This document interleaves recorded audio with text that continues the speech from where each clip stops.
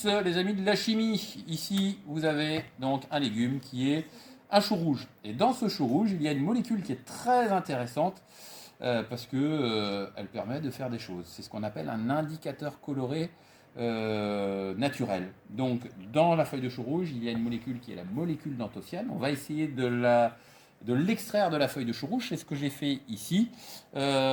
Ici, j'ai fait une décoction. Alors, je ne sais pas si vous savez la différence entre une décoction et une infusion. Lorsque vous faites une infusion pour faire du thé, vous faites chauffer de l'eau jusqu'à ébullition et vous mettez votre thé après dans l'eau chaude. Là, j'ai fait différemment. J'ai donc mis ma feuille de chou rouge dans de l'eau froide et je l'ai fait chauffer par la suite. Alors, on va voir. Donc, ça sent un peu le chou, effectivement. On va voir qu'il y a un jus qui est fait, qui est présent dans ce bécher, tout à fait. Et donc, si on vient ici, tu peux venir ici, voilà. Je vais mettre ce jus, effectivement, dans des tubes à essai. Voilà, et regardez la couleur du jus. Alors, c'est très violacé, c'est très sombre. Donc là, on a effectivement de l'eau qui est mélangée avec des molécules d'anthocyane. Voilà. Et puis, je vais recommencer ici, 3 tubes. Voilà. Donc, ici, la molécule d'anthocyane est dans un milieu qui est globalement neutre puisque ça a été mis avec de l'eau. Je vais même en rajouter un petit peu. Maintenant, on va voir ce qui se passe lorsqu'on rajoute une solution très acide, de l'acide chlorhydrique, une solution très basique, la soude, et on va rajouter une solution, alors c'est de l'eau de chaux, hein, le fameux test d'identification du dioxyde de carbone qui est en général à un pH 9, c'est-à-dire légèrement basique. Donc là, on est très acide, très basique et un tout petit peu basique.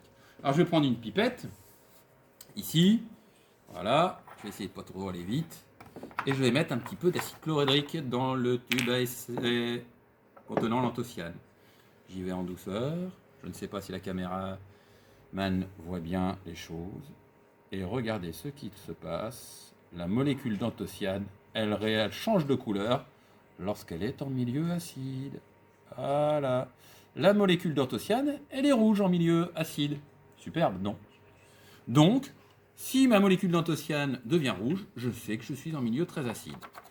Je vais aller de l'autre côté, du milieu basique. Cette fois-ci, je vais rajouter de la soude dans le tube à essai, ici présent. La molécule d'anthocyane va-t-elle changer de couleur? C'est ce que nous allons voir. Un petit peu de soude. Voilà. C'est très intense. Je ne sais pas si on le voit bien. Petit à petit. Voilà.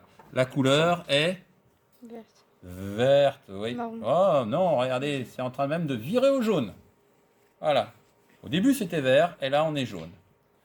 Voilà.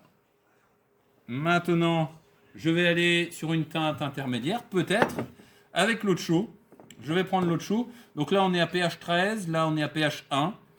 Regardons à pH 9 comment est... Alors là, je vais essayer de faire un petit truc qui peut être sympa.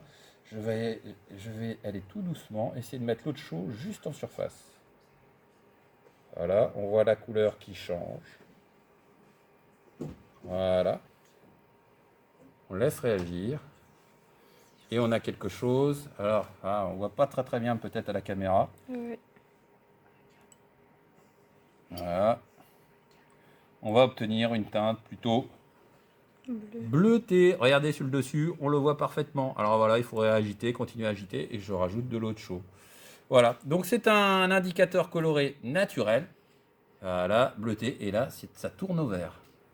Voilà, avec deux couleurs. Donc ici, on est à pH 9, et ici, on doit être un pH plus neutre. Voilà, donc un indicateur coloré est un composé chimique dont la couleur change suivant le milieu, l'acidité ou la basicité du milieu dans lequel il se trouve, cet indicateur coloré. Voilà, merci à tous, bonne réflexion et à bientôt.